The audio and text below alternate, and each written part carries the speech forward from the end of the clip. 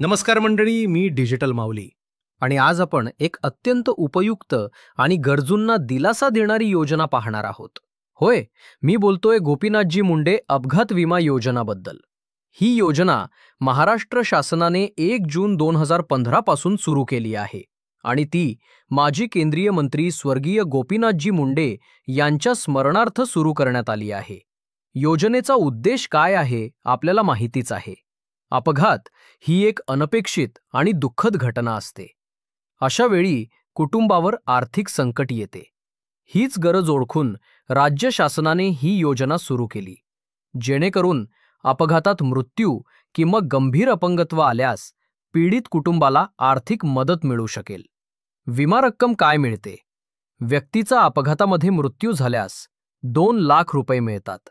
जर व्यक्ती पूर्णपणे अपंग झाली तर 1 लाख रुपये मिळतात.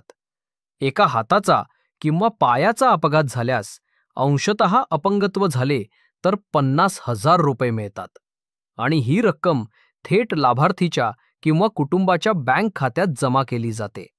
या योजनेसाठी कोण पात्र आहे?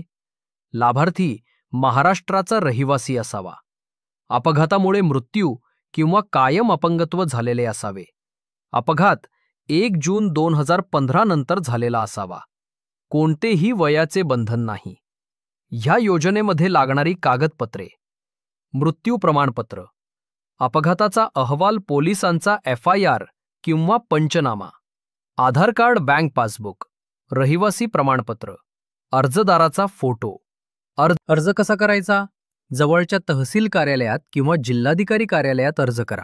काही जिल्ह्यांमध्ये ऑनलाईन अर्जाची सुविधा सुद्धा उपलब्ध आहे. अपघातानंतर 6 महिन्यांच्या आत अर्ज करणे गरजेचे आहे.